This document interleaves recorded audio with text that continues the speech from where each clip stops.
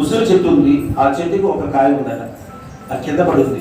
ఇదిగో ఈ ఉసిరికాయ ఉంది, ఇది ఒకటే నేను దానం చేయగలుగుతాను. సరే చేయమ్మా, ఏదో ఒకటి నువ్వు దానం చేస్తే కానీ నీకు నేను అనుగ్రహిస్తాను. ఇవి ఎలా ఉంటాయంటే అవినాభావ సంబంధాలు.